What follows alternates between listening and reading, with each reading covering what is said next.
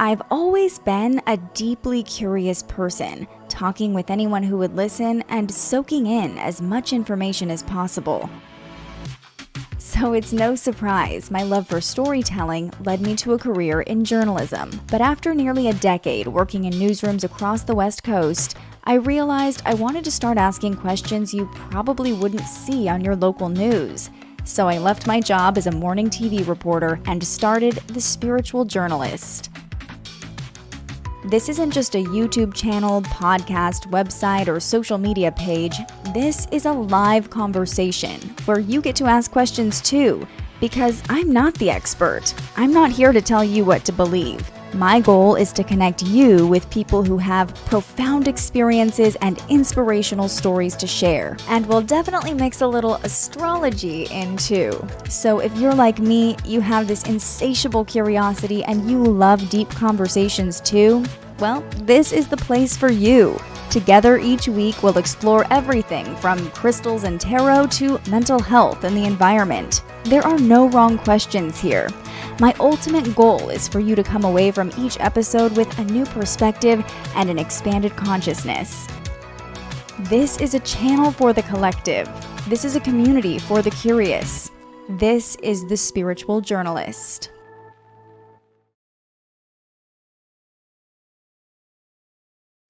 Good morning. Thank you so much for being with us for our second episode of The Spiritual Journalist.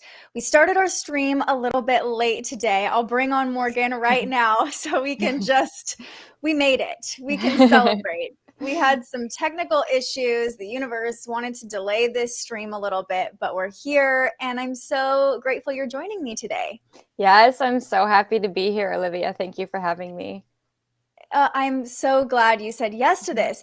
It's funny because we've been trying to get this stream going. The app was glitching and you were saying like this happens to you all the time. This happens to me all the time. I tried hosting my own online workshop back in August, maybe it was, or I don't remember. No, October. And I could not get it to work. We ended up starting like a half hour late. It was okay because it was a small class. But yeah, this happens to me all the time. I don't know. It must be my energy. Your energy is just like too intense for the streaming program to handle or Can't something. handle it. we don't mesh. Okay, well, for those who are new to The Spiritual Journalist, here's how this is going to go. This is a live conversation, so I already see people joining the chat. Julian says, trust the universe. Yes, the universe brought us into this broadcast right on time, right? And so we're going to start with a little astrology reading for you. We're going to look at your chart, and then we'll dive into your magic, tarot, the divine feminine, all of the things that you bring through your social media and through your work. And then we're going to end. Usually I pull a card at the end of our shows, but since this is your expertise, you're going to do a little reading for us. Sound good? Perfect. Sounds great. Okay. Well, let's just dive right into your chart then. So I'm excited for this. You said you've never actually gotten a full astrology reading. I have never had a full astrology reading. I've done a little research myself online, but I have never had a reading. So I'm excited for this. Yeah, because you post a lot about astrology and talk a lot about astrology on your page, and you are pretty educated on it, it seems like. But I'm no expert, that's for sure. I'm learning. We're all learning, right? So you know that you are a Capricorn, right? That's where your sun is. But you actually have what's called a stellium in Capricorn, 3 or more planets in Capricorn. So you are really going to feel that Capricorn energy. Like that is you, right? But you also have a stellium in Scorpio where your moon is. So those are kind of the two energies dominating your chart, Capricorn and Scorpio, your sun and your moon, but also you have a ton of other planets in those houses. Your rising sign is in Leo, so you probably are very confident when you first meet people or you come across as very confident. And your Mars is also in your first house, so that intense motivation or drive or passion probably comes across right when you meet people or is really prominent within your personality and how you present yourself. which I have been following you for a while, and I can say your passion definitely comes through on social media. So that's likely that Mars placement there in your first house. So being a Capricorn, you are ruled by Saturn. The planet Saturn rules Capricorn. So I always like to look to where the ruling planet is in the chart. And your Saturn is here in Pisces in your 7th house. So you're still pretty young, right? You're like, what, 26, 25? 26, yeah. Uh-huh. Okay. And so your Saturn return hasn't really kicked into high gear yet. It being your Saturn being in your 7th house means it'll likely have to do with relationships of some sort. But also because your ruling planet is Saturn and because it's in Pisces, I really see that as being your spiritual side coming out. You're kind of ruled by this spirituality or your ability to see beyond the 3D, your ability to maybe communicate across the veil, things like that. Because your ruling planet is in Pisces. So yeah, those are kind of the main energies I see. Also, your Venus is in Scorpio across from your midheaven. Your midheaven in Taurus is kind of the position of where you'll have the most success in your career.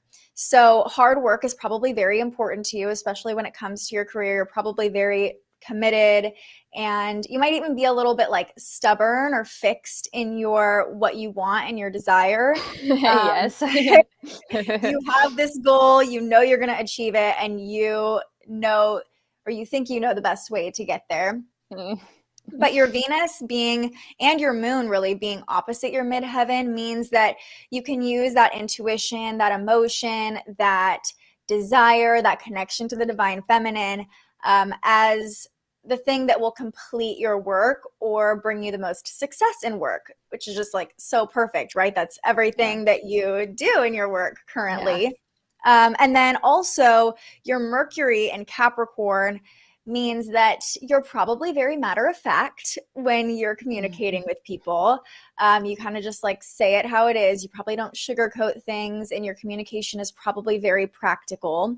But it's also forming this trine to your midheaven as well. So your midheaven's making multiple connections, and a trine is a harmonious angle. So your communication flows very easily when you're working, or when your communication is going to flow easily with your ultimate purpose in your career and your goals.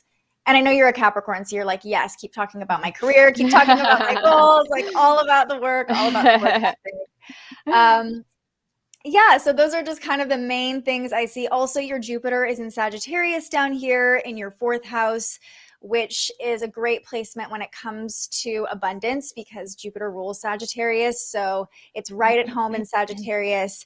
And I kind of see this as that you'll be abundant if you want to start your own family, or you could maybe be the person who sees a higher perspective or has a higher understanding than maybe the people who raised you.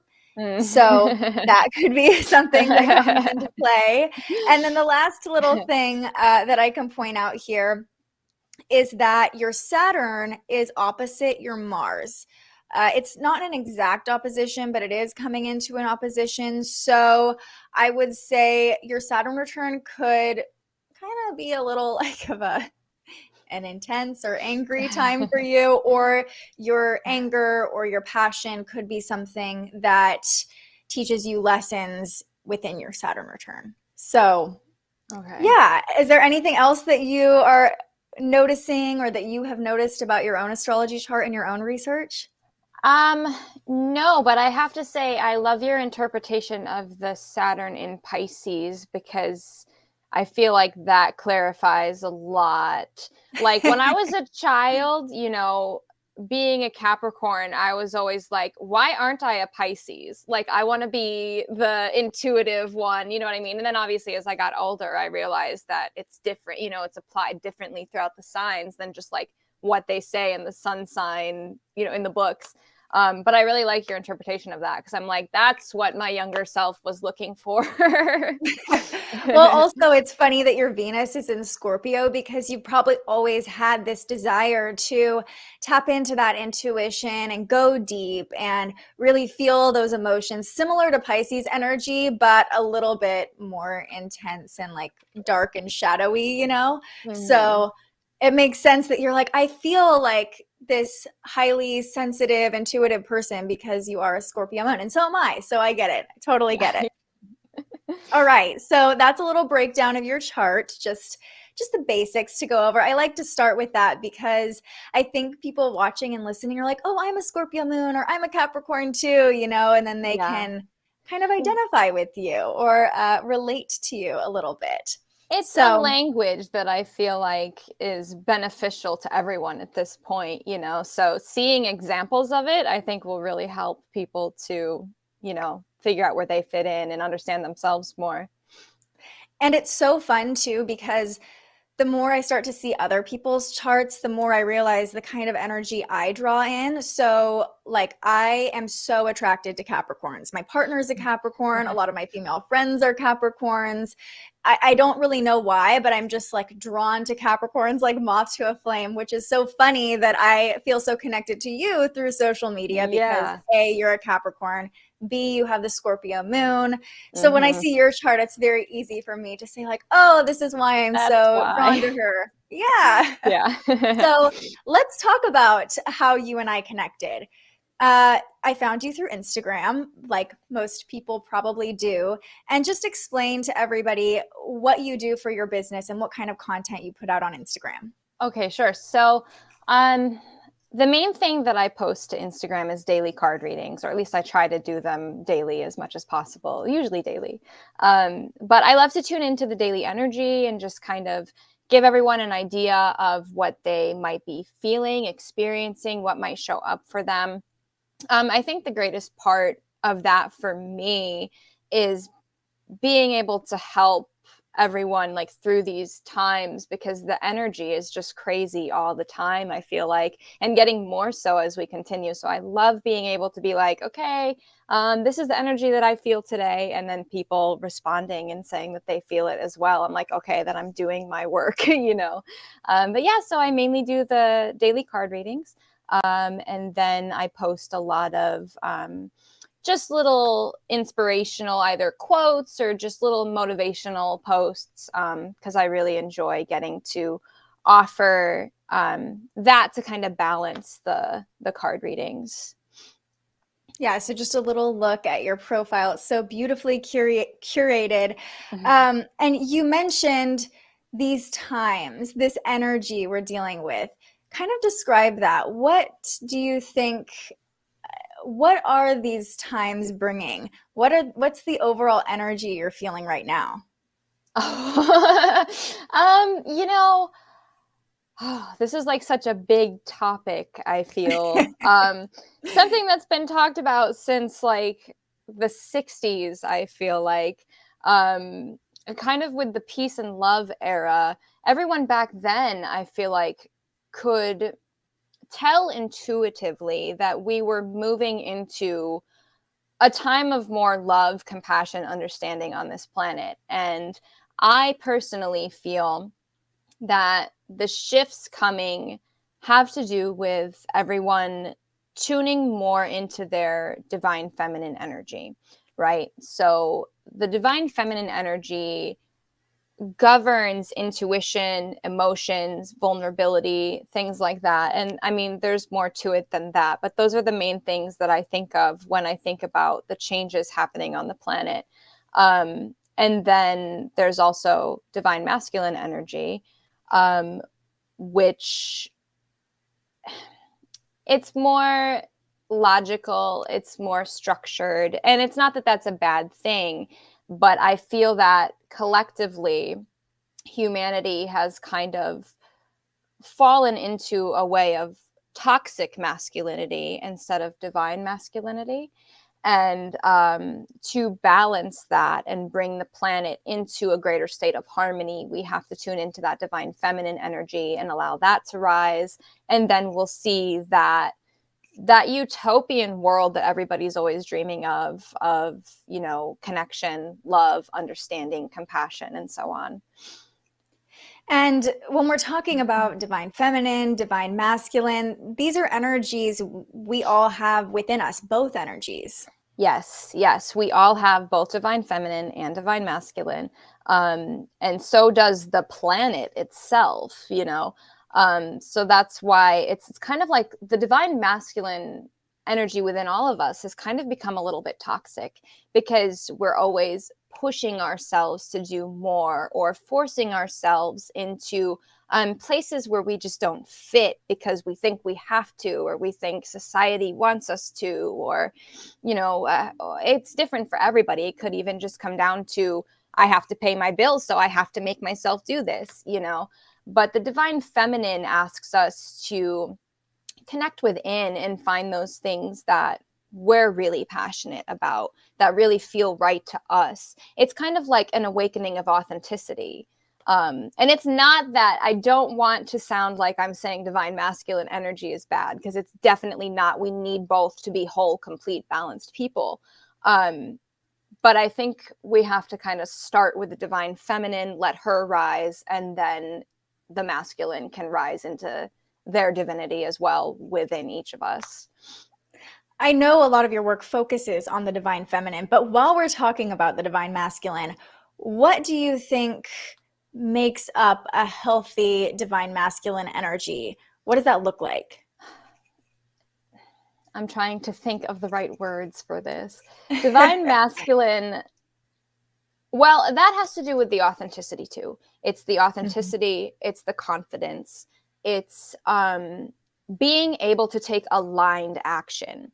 So the divine feminine would be more of the creative, almost like where your ideas or your inspiration comes from, but it's the divine masculine that actually pushes you forward and helps you carry these manifestations into the physical, I suppose. So I see the divine masculine as that, willing to take the leap of faith, go after what's important to you, speak your truth, things like that. Yeah, I love how you talk about authenticity, because I think so much of the masculinity that we're seeing right now is based on comparison or obligation, or I think a lot of men, especially, not that all divine masculines are men, but I think a lot of men feel this, I should be doing this, or these are my societal responsibilities. And I think that is kind of the problem, that we have these expectations or these standards that men feel like they need to live up to. And then it creates that inauthenticity or almost that performance aspect.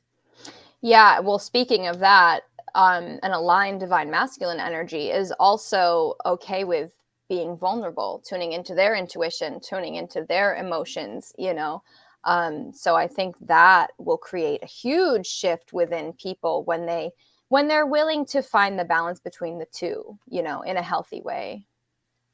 Right. It's all about finding that internal balance between our own divine feminine and divine masculine energies. So I think it's so interesting that our conversation took us here almost right away, because you on social media, you come across as this like very wise soul that just is exactly what I thought of when I was first connecting with you or drawn to your content. And even on your website, you say like, I'm a little witchy. You kind of have this witchy vibe, but you connect being a witch or a modern witch or whatever you want to call it with divine femininity in such a beautiful way. Thank you. Yeah, I really feel like, well, honestly, I feel like everyone's a little bit witchy. If you have a crystal, if you have a card deck, if you wear crystal jewelry, if you have incense even, you're a little bit witchy. And yeah, I Or think even it if you just does. kind of like make wishes or see signs, right? Like even just the smallest thing. If you blow out candles on your birthday cake, You're a right? witch. Yeah, you're setting that intention and releasing it to the universe, right? But Yeah. I do feel like the witchiness, the witch archetype, I guess, ties in with divine feminine archetypes. Yeah. Yeah. Yeah, because you said this so beautifully when we were talking the other day, but a lot of the witch, it's called the witch wound. I've seen it referred to as is kind of the same thing as the divine feminine wound. Yeah, it's that desire to be in alignment, be in your authenticity, um, be connected with your intuition, and to feel that power. I feel like a witch is just a powerful person, right? It's someone who knows who they are, knows their abilities, their power, is willing to listen to their intuition, is willing to um, do those things that we were talking about between divine feminine and divine masculine, take those leaps of faith, take that aligned action. That's what a witch is to me. So it's really, it doesn't matter how you practice witchcraft, right? You don't have to be doing rituals, but you can. But I think the main point to me is knowing your power, tuning into it and utilizing it, and then you're a witch to me. And for people who say, okay, that sounds great, like I want to find my power, I want to use it, how do we actually do that? The first thing that comes to mind for me is always authenticity. Always, always, always. Because, well, authenticity and self-worth. Because when you know who you are, who you really are, and then you develop that self-worth, that self-love, then it becomes so much easier to tune into your power and use it. Because before you solidify that self-love, you don't think you're worthy of the things that you desire or of having the power that you have. So once you solidify that self-love a little bit more, then it's almost like your inner self or your higher self is like, excuse me, you love yourself, like, don't put up with this anymore, And then you're like, okay, I can't. All right, I have to because I love myself, And then it keeps pushing you forward. Are you speaking from experience here? I Have you am. had your own journey with self-worth? Yeah. Oh, yeah. I feel like I was just talking about this the other day. I feel like I was born as an intuitive child, and I always had this higher wisdom, but I didn't have the experience. So my boyfriend actually worded it as like, you have wisdom beyond experience. And I'm like, that's definitely me, because having that higher wisdom, I feel like, kept me kind of in a cycle where if someone did something that upset me or was disrespectful to me, I would turn it into, well, they're just learning. This is their path. They're awakening. It doesn't mean anything about me. It's their journey. They're learning. So I wouldn't speak up for myself, or I wouldn't say when something was bothering me. I wouldn't express my emotions when I was younger. It took me probably until I was about 25, honestly, to start really like, no, this is not how it's going to be. Yeah, it's so funny that you say that because I noticed that looking at your chart too, your Chiron is in your second house. And so what that tells me is that your deepest wounds will come from worth and value. But once you heal those wounds, you'll be able to help other people heal them as well. So when you were talking about self-worth, I'm like, I have to show her this on her chart, her Chiron, and your Chiron's in Virgo too, which is a lot about service and kind of like what you were talking about. You want to serve others by, or give them the benefit of the doubt by, oh, it's just their journey or whatever. But once you were really able to own that power and know, like, hey, I'm worthy of more than this. I have more value than how people are treating me. Did that help you manifest or move to the next level of your own consciousness or experience? I think so, but I think, like you were saying with the service, that's pretty much my main goal. So anything that I experience, I'm like, perfect, I can help people with this, I never want people to think that I know everything and that I'm telling them how to be or how they should be existing. I'm speaking from my experience all the time. And I take it as I'm experiencing this not only for my own soul, but so I can help all these other souls who find me. You know, everything I experience, everything I experience, I guess that's the only way to word it. I feel like it's serving a purpose higher than, you know, just myself. I want to be able to share those experiences with everyone else. I was going to say something else about this and it slipped away from me. Maybe it'll come back. It'll come back if it's meant to. Yeah. Yeah, I think you're already doing that with the card pulls you do, the wisdom you share. And yeah, I think that seeing your astrology chart, it's just very much supporting that you are doing what you're meant to do in this lifetime. But you talked about how your boyfriend described you, having wisdom without experience. And now you're gaining that experience day by day. How is that affecting the wisdom that you feel was innately in you or that you were born with? Oh, I love it. I love everything that's happening now because the little child in me is just like, I knew that, you know, I knew that was going to happen one day, or I knew I was meant to do this or that. And it's just so wonderful to get to actually experience it and get that confirmation. You know, even though I consider myself to be very intuitive, there's still days where I'm like, am I right about that? I'm doubting my intuition now, you know? So anytime you get confirmation, you're just like, yes, I knew it, you know? But yeah, I Yeah, think, and go ahead. you've posted about that though, doubting your intuition. And I have gone through the same thing. And in fact, when I'm doubting my intuition, I've actually pulled up Instagram and seen a post from you about doubting your intuition. This is what I'm talking about. Like, Yeah, you that are always on the experience. same wavelength. Mm-hmm. Yeah. And so how do you lock back into it or find that confidence in your intuition again when you're not sure? Because so much of your work doing readings for other people is intuitive. I'm sorry, I keep getting a dry mouth, so I apologize for drinking water all the time. Oh, all good. I don't I've mean got to. I I don't mean should have to water, but I have be. coffee here. Anyway, so sorry about that. So, I think actually, like you said, with the Instagram, one of the greatest things for me is getting on Instagram, getting on Twitter, and sometimes it's someone I don't even follow, you know, is sharing a message with something exactly that I was thinking about or feeling, or an intuitive message that I already received. And then they have almost the exact same words on there. And I'm like, wow, okay, so I'm right. I'm right. Or, you know, sometimes you just have to surrender and be patient and wait to see it through. Sometimes I feel like confirmation can come in the form of angel numbers or other repetitive messages that you might receive. But I think those are some of the greatest. Sometimes dreams. I feel like sometimes my dreams can confirm things for me.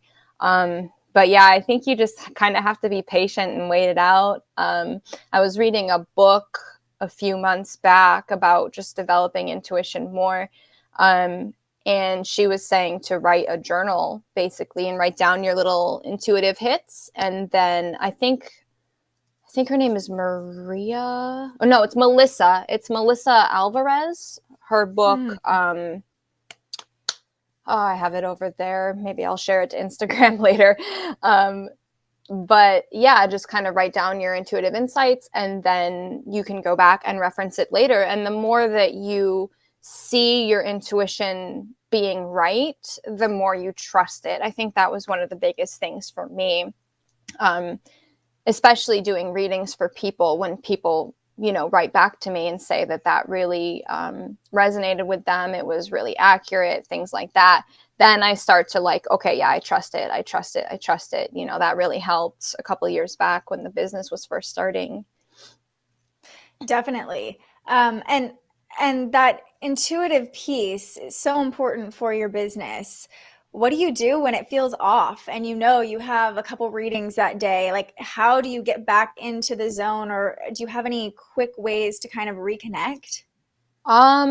Yes, I enjoy using aura sprays and things like that, incense.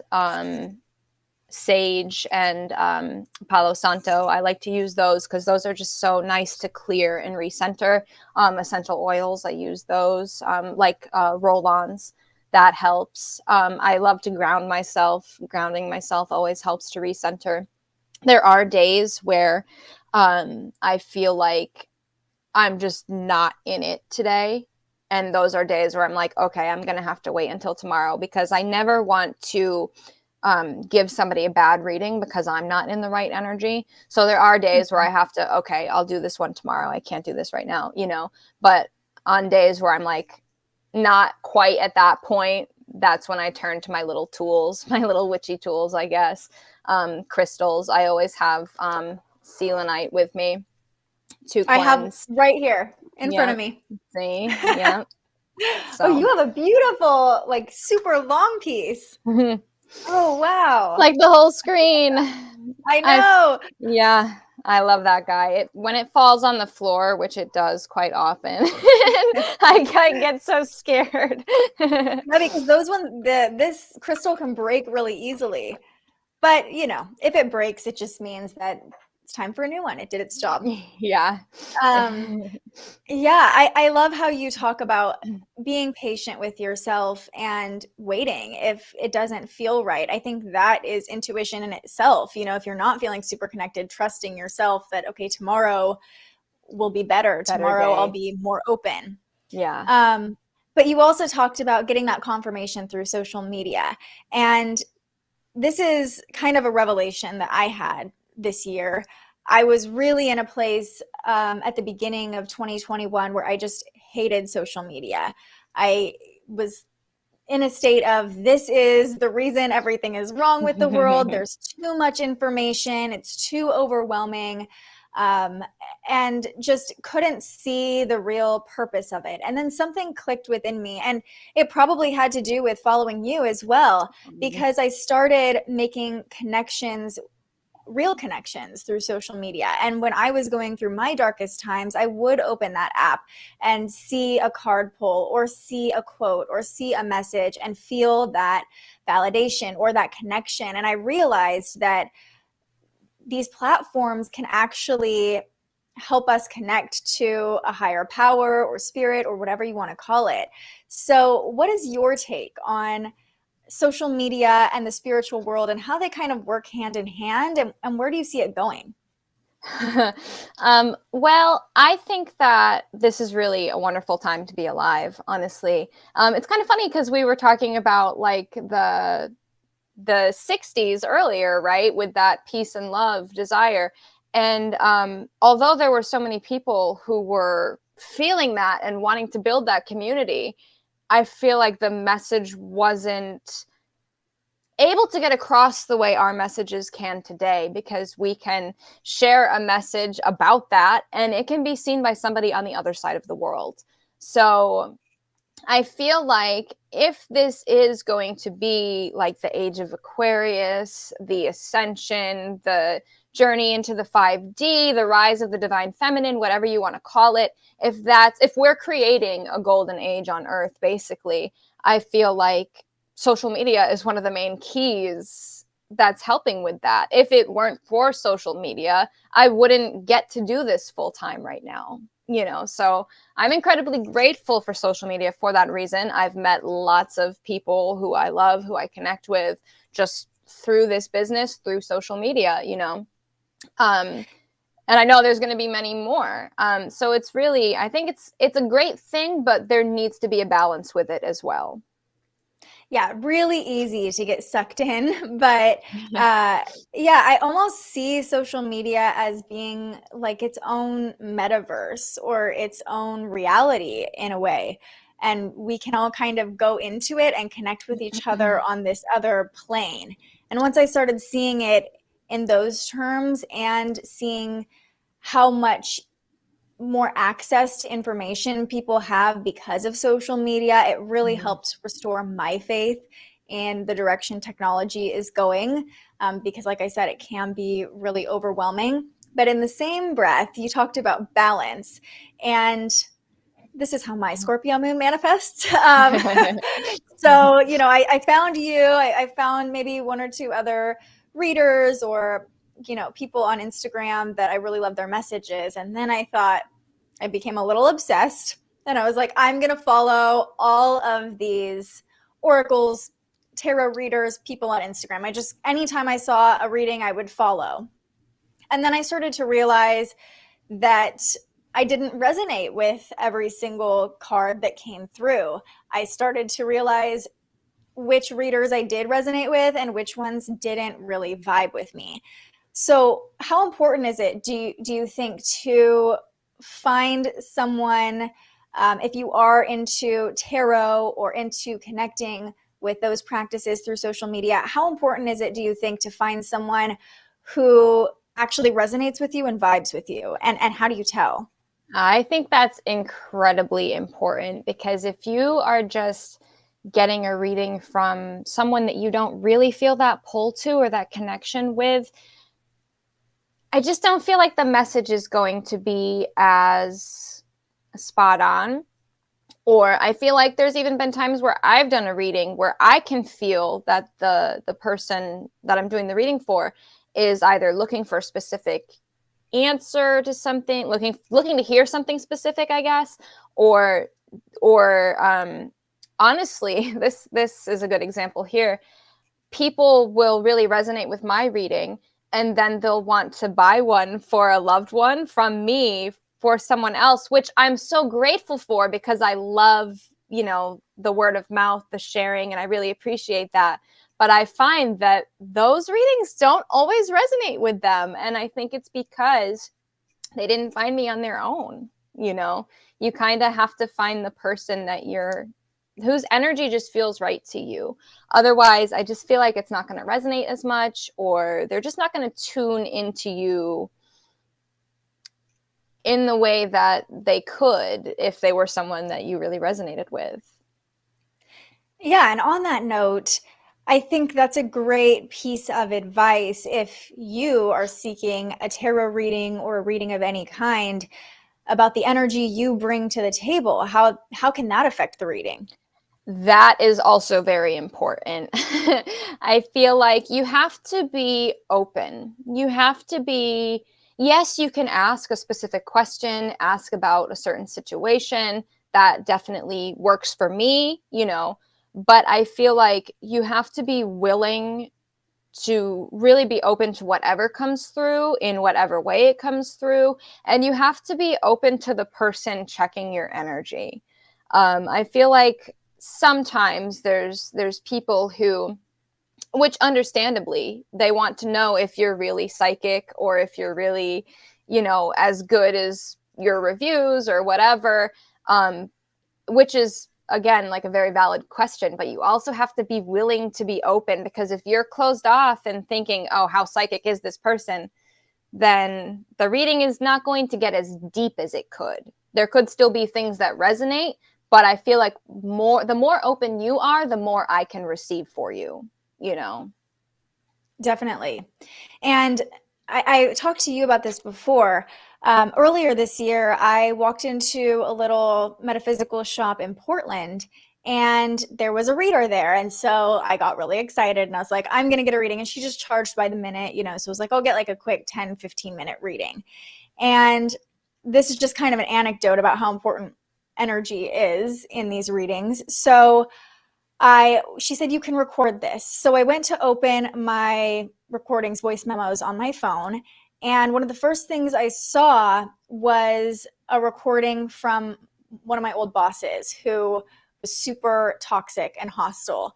And I instantly felt that feeling of fear. But I was like, okay, no. So I start the recording, and what kept coming through she pulled from like 7 different decks, but it was all very negative. Wow. And I'm a very optimistic, positive person. Like, I go into readings thinking like, okay, this is going to be good. Like, they're going to tell me something great, And so part of me thinks, okay, this was my energy coming from a fear state, or coming from like remembering this really traumatic environment. And then also, I think her energy as a reader was more of kind of warnings, or maybe that's just what came through.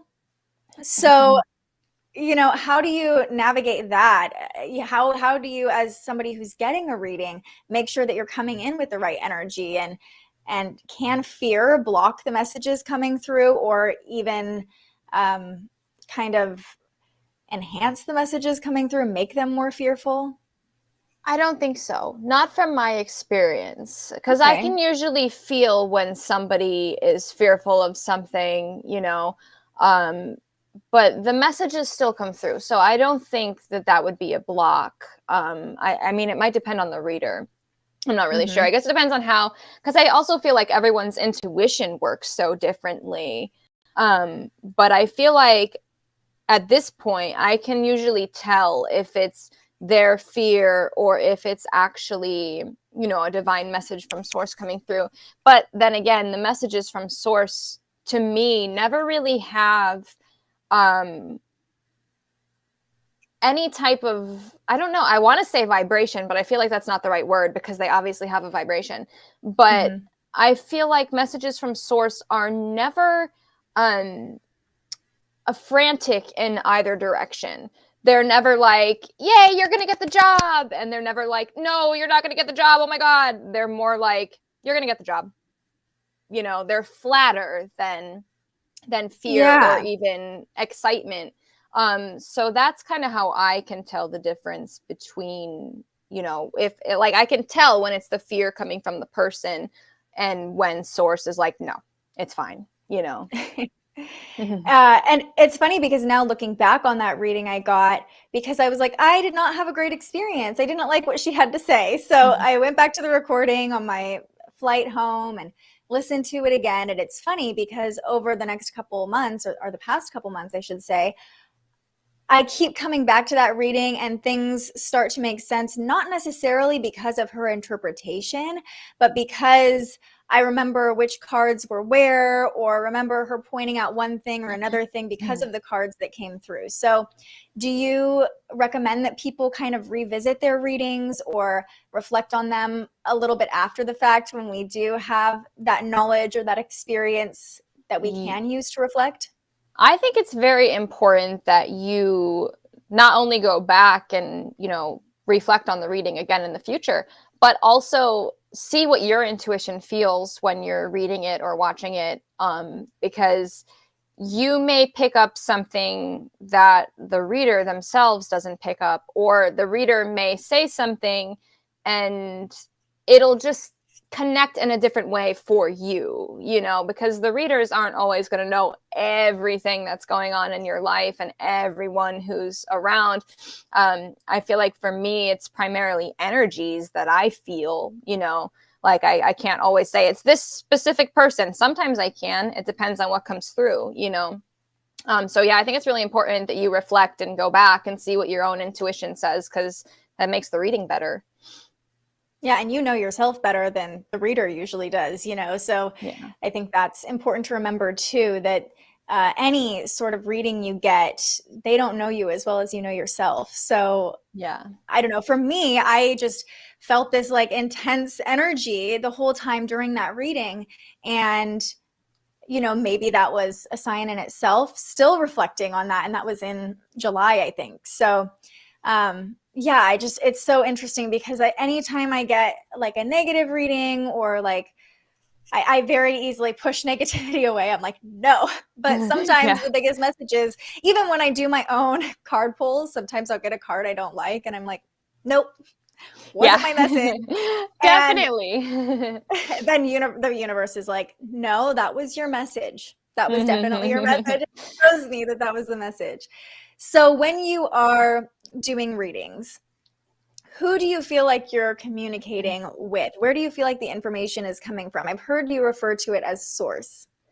Yeah, definitely source, or the spirit team, the angels and the guides of the person I'm reading for, or sometimes my own guides. I feel like it's different all the time, honestly, but I always do call in my guides and ask for protection before starting a reading. And I feel like, yeah, I for someone else, I'm definitely tuning in with their guides.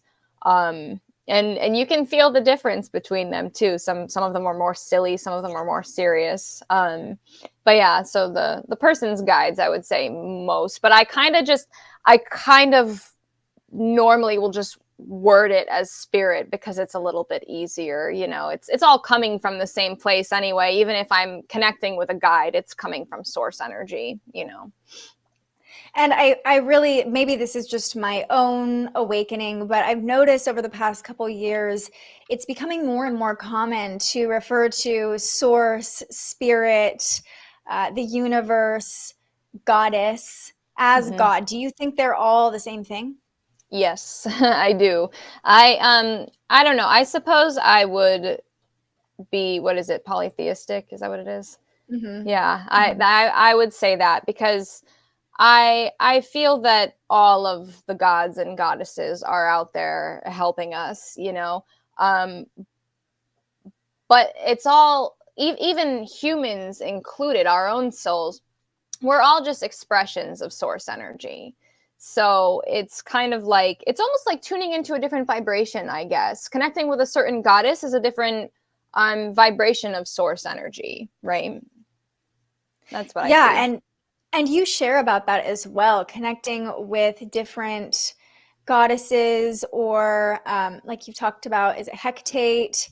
Talk Mm-hmm. to me about those learning experiences as you start connecting with new guides or even connecting with ancient practices. Mm-hmm. So the Hecate one is very interesting to me, at least. It might sound a little silly, but it was something like I have a couple goddess books and I would be just randomly opening pages and Hecate's name would jump out at me. And I'd be like, okay, all right, interesting. And then like another day later, I would be looking at like a spiritual magazine or something. And it would say, something working with Hecate. And I'd be like, what? Okay. Like, so then like her name would just keep showing up and showing up and showing up. And so when I looked into her, I was like, okay, now I understand why I keep seeing your name. And now I'm going to, try and connect with you and work with you a little bit more. So she is known as like the mother of witches, basically.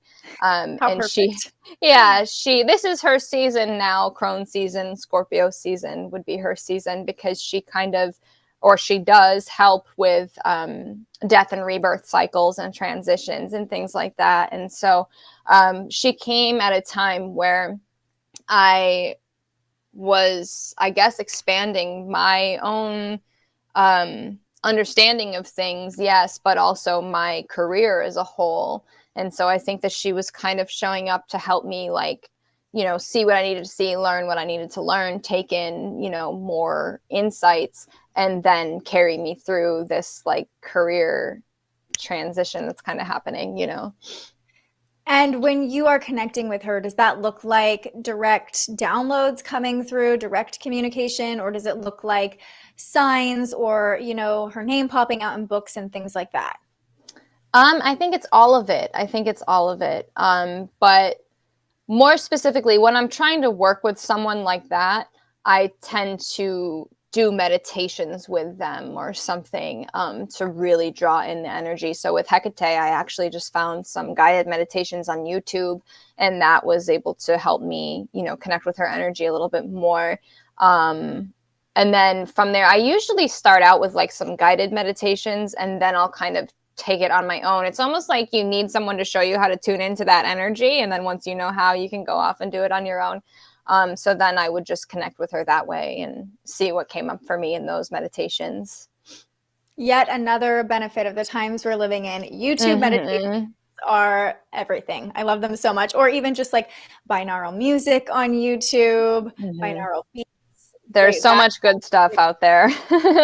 YouTube is content. One of the greatest tools right now. Definitely. And we're live on YouTube. So how perfect. Yeah. So we talked about connecting with Hecate. We talked about connecting with Source, how you do it. What I'm really curious is you talk about being born remembering, and you talk about having this wisdom. when did you start to realize you had this relationship with a higher power or this ability to tune into it? Well, it was something that I was always interested in for sure. Like I was the kid waiting for my Hogwarts acceptance letter to come to the house. Like that's what I was doing.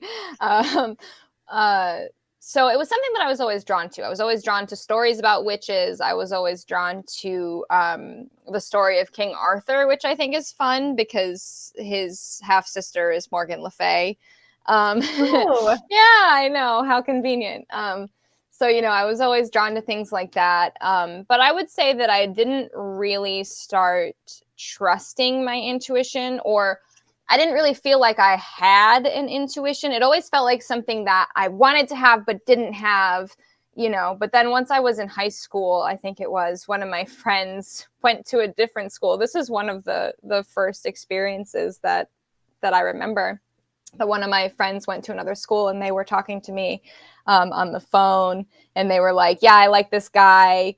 Like, can you tell me about him? And I was like, he looks like this and he does this and he does this. And they were like, yeah, you're right. That's exactly him. I was like, okay, wow, I'm intuitive. Like seriously, that was one of the first moments for me. So then from there, I was very lucky because my mom would take me to spiritual classes, and she would take me to past life regressions. She would oh take me wow. to, yeah, she would take me to chakra classes, angel classes.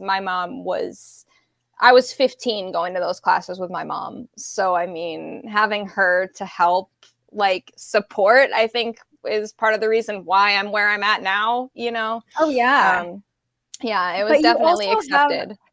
you also have this like old soul about you. I feel like, it's I mean, you talk about kind of being born remembering past lives. Have you done past life regression? Do you know what your past lives looked like?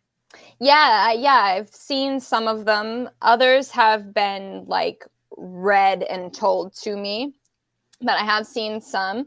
I was very fortunate to work with a local woman who did a few past life regressions for me and taught me how to do it myself. So that was a great experience. But yeah, I have seen some of them, and they definitely clear up things that I've experienced in this life.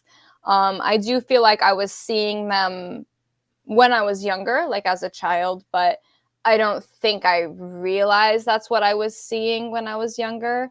My mom nicknamed me Grandma when I was like 6 years old. Oh my gosh. I feel like So, that's so you. Like I don't even know you that yeah. well, but I do feel like maybe it's your stellium and Capricorn. You just have this Yeah. energy of like the matriarch, or just kind of She this, called me like I said, Grandma this the old. other day. Like, it's still a thing. It's Yeah. funny too, because a lot of your work, you talk about the different archetypes of the divine feminine and how they correspond to the seasons, and you talk about ancient rituals, and it almost seems like you remember doing these things. It would come through to me in writing the most, I think. Mm. Um, I would just write either little poems or, what have you. And things like that would just come through to me, like, the new age and the old ways. And I'm like, I remember these old ways, but I don't know what I'm even talking about at the same time because I was like 16. Yeah. Um, but yeah, I don't know. Should I go into the archetypes or should I go into the rituals? I feel like rituals and things come very naturally, especially Yeah. when you do start exploring them and reading about them. You're like, oh, that makes a ton of sense. And I Um, think a lot of people shy away from them because there is this like witchy, dark association with a lot of them. Um, but it kind of goes back to the whole like divine femininity of it. And I think we've lost touch with a lot of these rituals that connect us with the earth and with each other. that's what I was going to say. It's really about connection with the earth. That's what the rituals are. That's what um, the pagan Wiccan festivals are rooted in the changing of the seasons and the solstices, the equinoxes, things like that. So it's not really, I feel like in ancient times, it wasn't really even about like the way you see in movies and TV, like, oh, I'm going to do a spell and I'm going to, Right. bring about whatever it is I'm trying to bring about. It was more about I'm going to show the universe gratitude for the abundance that I have, or I'm going to, pray for a healthy and abundant winter, I feel like it was more about connecting with the earth, and through connecting with the earth, you connect more with that divine feminine energy.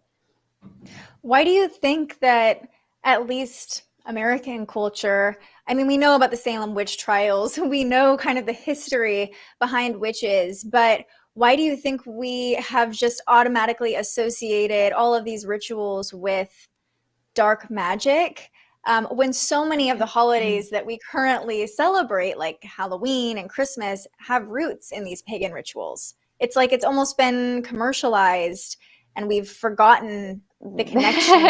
I feel like they don't want you to know. I think that, kind of like how I was talking about at the beginning, the toxic masculinity, that is the energy that rules the world right now. The patriarchy doesn't want to, I almost don't even want to say it, but it's true. The patriarchy doesn't want to see strong women. They associate witchcraft with women, right? So that's where it comes from. They want to stay in power. They don't want the women utilizing their divine feminine energies. And so they've made that a negative thing for everyone. That's why they, push men to be a certain way and to ignore their emotions, ignore their intuition, blah, blah, blah. And they do the same thing to women, because they don't want to see people in their power, basically. That's what witchcraft is. Love. Yes, exactly. That's why I love this reclaiming of the word witch as just a powerful woman who manifests her desires and taps into the power of the earth and herbs and crystals and knows her worth. Energy. Yes. Yeah. Back to your Chiron, girl. Knows her worth.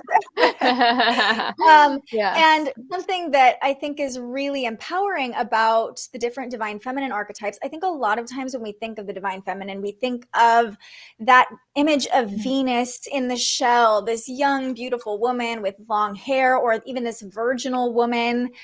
But understanding the archetypes kind of shows us how to tap into that divine feminine energy at every stage of our lives. I like that you've pointed out today that I have the Capricorn stellium and the Scorpio stellium, because I'm like, okay, that's why I'm such a crone then, because it's all in that season, right? So you are like this wise old woman in this beautiful young 20-something body, I swear. Thank you. That's probably like the best compliment. That was one of the things, real quick, speaking about my childhood, like I hated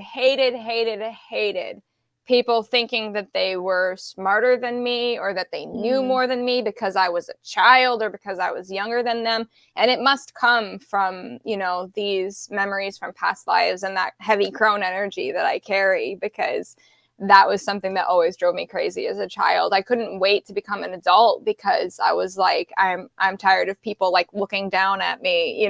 That was my child perception, at least. And that Capricorn energy of like, I'm a leader. Okay. Yeah. With a Leo rising. Yeah. Oh yeah. You're like, hello, everybody. Listen to me. I know the right way. Come on. Yeah. But yeah, talk us through these archetypes for people who don't understand. Yeah. So there's 3 main archetypes of divine feminine energy, and those are the maiden, the mother, and the crone. So the maiden kind of governs that younger life cycle, when you're, a child probably even pre having your first period, that's the maiden energy. But if we're talking about tuning into the maiden energy within ourselves, That would be when you're starting something new, when you're learning something new, when you're connecting with your environment, when you, having those new beginnings, tuning into your skills, your creativity, that's maiden energy. Okay. And then there's the mother. So traditionally, the mother would have been when you enter a union with someone, when you get married, when you have a child. And that energy is focused on abundance, gratitude, unconditional love, self-worth. That's kind of where a woman comes into her power, is in that life cycle, basically. And then there's the crone, which deals with the end of the life, death, and then, of course, rebirth, when you're reborn essentially as the maiden. So if you are seeing an ending in your life, for example, you're going through that transition, you might be more in tune with the crone energy, but you know that you're going to be shifting into the maiden again when you have a new beginning after this ending. I love that so much. And I love, as you're saying this, you infuse astrology into so much of your content, but it's like this maiden energy is like that Virgo virginal energy, right? And then following Virgo season, we have Libra season, which is all about partnerships or marriage. Or you can even, the mother could very much be like Cancer energy as well, that mother divine feminine energy. And then, you talked about Scorpio season, Crone season, when Mother Earth is dying and being reborn. I just love learning about different modalities or interpretations of spirituality and energy, because I always find there are so many links between them. You don't have to believe in tarot or astrology or numerology or whatever, crystals or whatever. It all goes hand in hand so beautifully. Yeah, it all connects, it all intertwines. That's because even those things are just a part of source being expressed here, Right. I love when people talk about it, like astrology being one way to interpret our DNA, or human design. I've heard it explained the same way. It's just one way of interpreting your DNA or seeing the different energy that makes you, because you have a ton of Capricorn energy in your chart, so you can almost think of your DNA makeup as being made up of like particles of Saturn or something. Like that's how I visualize it. I love that. That's awesome. Oh, yeah, I that's think so cool. It's a way to make it more approachable too, because we're all made up of the elements of the universe. Like the whole makeup of the solar system, we have those elements within us. So of course we have a little bit of Saturn in us, and of course we have a little bit of Jupiter in us. You know what I mean? Yeah. I think it's just, I love these conversations because it just helps bring everything together in such a beautiful way. So we've talked about the divine feminine. We've talked about finding your people on social media, the age of Aquarius. Now I would love for you to show us what you do best. So would you mind doing a little bit of a reading for us and just kind of talking us through your process? Yes, I would love to. Let me grab my deck here. Okay. So when I start a reading, well, actually, first, let me start with this. Today, I'm just using the Rider-Waite Tarot. Okay. I highly suggest this deck to anyone who is starting tarot, starting that journey, because it's the one that I learned from, and it's one that is referenced or is the focal point of a lot of tarot books. And aside from that, I feel like the imagery on these cards, like I know you and I had talked about this one the other day, Olivia, the devil, like this is something that could be a little off-putting. But then there's cards like shy away from tarot because of these cards. Because of this for a long time. Scariness. But then when you see something like this, you're like, okay, that looks nice, right? So I really like that the Rider-Waite deck kind of has that combination, has both the light and dark energy, because it can give you a better reading and a better understanding of what's going on. And if you pull the devil, that doesn't mean that the devil is present or the devil is going to come ruin your life, right? Definitely not. And let me see now. I put it back. Here it is. Okay. I see the devil. Let's get this out of the way, right? I see the devil as a karmic cycle, a habit, a pattern that is holding you back. Because if you look, it's got, the chains, these people are stuck here. It's something that you are allowing to hold you back, allowing to rule your life, and something that you would be better off if you freed yourself from. So that's all that this card is to me. When this card shows up, I'm like, okay, you're experiencing a block, or you are in the middle of a karmic cycle, and it's up to you to free yourself, basically. That's how I read this card. I love that. And so as you're shuffling, as you're getting ready, kind of walk us through your process. What do you do between readings, and what does it mean to clear the deck? Okay, yes. So the first thing that I do always would be an aura spray or a sage, which I've done already. And then I always ground myself after that. And then I forgot to bring them over here, but I have an amethyst point and a clear quartz point. And I actually hold them to the chakras. So I hold the amethyst to my third eye. Yeah, and I hold the quartz point to my crown chakra. And I will ask spirit, ask my guides to surround me in a white protective barrier of light, and to prevent lower vibrational or negative energies or entities from interfering with the reading. And just visualize that like light of bubble and that opening with source. So those are the first things that I do. Do you get any like physical indications that you're dropped in?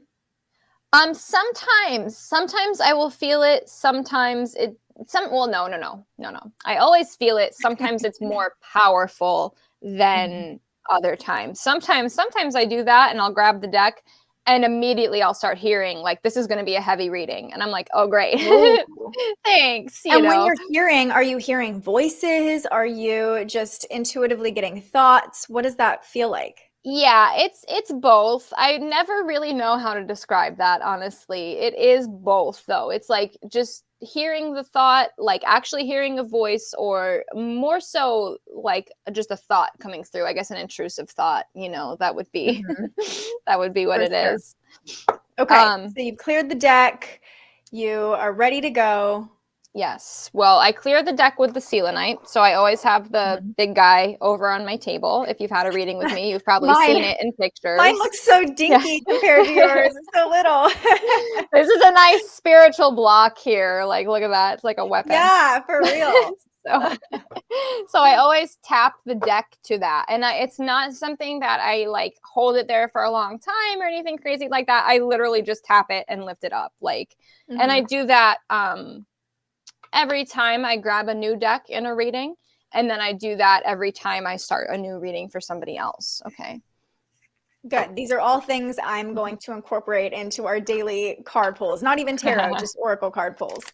I think another important thing to note real quick as I'm getting started is I do not pull reversed cards. Okay. My cards are all upright. This is because the woman who taught me, or who was one of my first tarot teachers, she also didn't pull reverse cards. And her reason for that, her name is Tony Spetz, if anyone local in Arizona wants to look her up. She told me that she feels that people can get too confused between knowing the difference between an upright and a reversed card. And she said, it's not about knowing the definition of a reversed card. It's about what do you feel intuitively. So I do not pull reversed cards because I feel like they just confuse my energy as well, right? I get confused when I see a reversed card, unless I'm shuffling or something and one pops out reversed. If it lands on the desk reversed or on the table reversed, I will always read it reversed. And in that case, I tend to see it as a blockage or a delay of some kind, depending on what it is. a card flying out of the deck for any sort of oracle tarot is usually the universe saying, like, this is the card, right? Pay That's like attention your to this sign. one. Yeah, Yeah. definitely. Okay. Definitely. Okay. So then I normally shuffle 11 times. I don't know why. It's always a different number. Like, not always. For the last year or so, it's been 11 times. Before that, they would my guides would give me a number. And that still happens sometimes. Sometimes they'll be like, nope, don't shuffle 11, shuffle 8 times. And I'll be like, okay, will do, Right. but that's how I do it. And I'm already dropping cards. Hold on one second. Okay. That doesn't count. That doesn't count. You would know. You're the intuitive one here. Yeah, that's not a card jumping out for our fun. That's me dropping a card.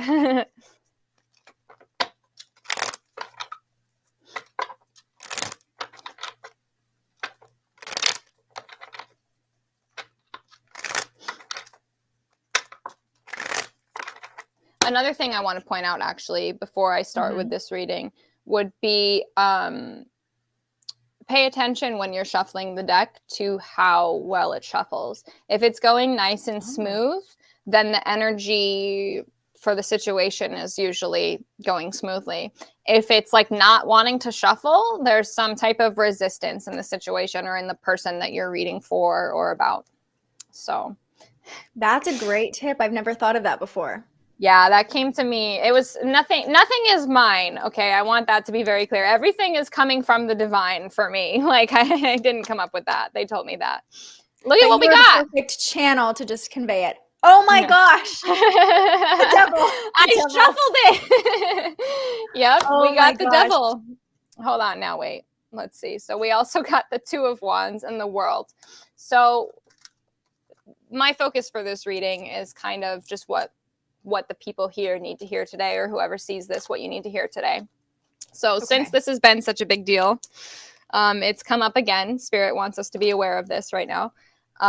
There's definitely some type of cycle that is ending in your life or that needs to end in your life, something that you are working to release. And again, we've been talking about Scorpio season, Crone season. This is the transformative time. This is the time to release habits, situations, experiences, feelings, whatever it is, beliefs that's no longer working for you, and transform that into something else. So we also got this Two of Wands, and then we got the, oh my gosh, I'm not used to, how am I doing this? Okay, here we go, the World. So the Two of Wands, to me, I always see that as like being called somewhere, being pulled into a new direction. So it's really not a surprise that we have this Devil card here, because you're being pulled somewhere else. You have different options. And then it's important to look at the, am I doing this wrong? Here we go. It's important to look at the other imagery on the card. Like we have the, these flowers here, and that can represent love. And the guy is holding the globe in his hand. So it could be, worldly things as well, universal things that are coming to you, issues or things that you need to work through. And then with the World here, that is a card of both ending and beginning cycles. So really, we got a perfect spread today about, releasing what is no longer serving you, breaking those karmic cycles, those patterns, following the thing that's really calling you, and then ending one chapter of your life to start a new one. I feel like that is so perfect for Scorpio season, for me personally, and just collectively. Do you feel that energy of kind of karmic cycles ending? It really feels like the next couple months, there's huge shifts coming. I really, really think so. I keep getting things intuitively about 2022 for the collective. I kind of talked about this on my Instagram and probably my YouTube channel a little bit as well. I just feel like with that 222 energy, with that 6 energy, there's going to be a lot of partnerships coming through, lots of balance and partnerships of all kinds. And also creating balance, not only within your relationships with other people, but within your relationship to abundance or love or health or whatever. So I just see a lot of those karmic cycles, those blocks being removed right now during this Scorpio. And Crone season lasts into like January as well, when we like restart with the maiden. The maiden is like the early springtime, you know. So we've got Crone season for a few more months, and I feel like we're just releasing really so we can start this new year off right. And we have eclipse season starting this Friday, so that could bring some. So that's going to be shifts. pushing things forward a little bit, you know. Yeah, definitely. pulling things away. It could just kind of shake up your life. But something you've been talking a ton about 2022 and just what you keep pulling in, what messages you keep receiving about it. Something else happening is the USA is having its Pluto return. Have you heard about this? No, I can't wait to hear about this. So I'm sure I'll do something when it gets closer, but yeah, I think it's on 2/22/22. You're it's kidding. on like a crazy day. No way. Oh my God. So basically Pluto, you know, is so slow. It takes almost 250 years to go around the sun. And so the USA has literally never had a Pluto return. This will be our first Pluto return. And Pluto is the planet of death and rebirth. It's in Capricorn, which represents the patriarchy, represents masculine structures. So it's no surprise that like over the past couple of years, we've been feeling a lot of this, you know, death and rebirth of structures of our government, or shadows coming to light about the structures of our government. So I just feel like that on top of everything else there's a huge shift coming in 2022. I think collectively, not just individually. You know what I mean? See, that is an example of confirmation for me, right? Like when you have the astrology to back it up, you're like, okay, yeah, my intuition was right then because astrology is saying this. Like, wow, that's wonderful. Well, now I'm even more excited. And the same thing happens all the time when I'm feeling like, okay, this is the energy I'm pulling in for the transits of the day or the astrology. And then I'll see one of your cards on Instagram that just perfectly aligns with the message I've been writing about or thinking about. So I feel like it's the confirmation goes both ways for sure. It's incredible how this universe works, the way that they link things together, and just the universe is laying it out so clearly for all of us. And I'm very happy to see more people being willing to open up to it. And I think social media is to thank for that. Well, social media is definitely to thank for bringing us together. So if people see this and they're inspired, they want to get a reading from you or just gain more of your wisdom, how can they follow you? Where can they find you? And how can they book with you?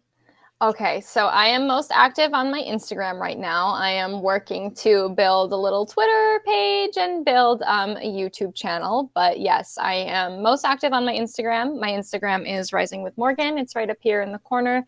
And then other than that, my website is where you would book with me, and my website is risingwithmorgan.com. I offer a few different types of readings. I have a few options up there. I also offer past life regressions, which we would do remotely, like this. And obviously not live, but we would do them remotely. And then I also have a monthly membership, which is called Goddess Rising. So it's very focused on working with the divine feminine archetypes. And I also, we have a heavy focus on the moon in there and astrological transits like that. But I don't get too much deeper into the astrology than that. But yeah. Well, I'm so grateful you came on with me today. And before I let you go, I also have to let you plug the book that you're writing. I know it's just in the baby steps of it, but I want to put it out into the universe, and whoever watched this far, I'm sure will be following you for a long time. So when can they look for your book to start being sold or pre-sold? Yes, thank you, Olivia. I'm very excited. I do have a book coming out with Hay House in 2023. It should be maiden season in 2023. And it is focused on divine feminine energy and how to work with divine feminine energy daily. So I am in the process of completing my manuscript now, and then we have 2023, and then it's coming. I love it. It's been so awesome to see your audience grow over the past year or so since I started following you. And the more I follow you, the more in tune I feel like I am with your energy and your card pulls. And I'm so glad we finally got to do this and chat. Yes. Kind of not in person, but virtually, like actually talk to each other. This is so fun. It's been wonderful. I'm so grateful that you had me on, and I had such a great time.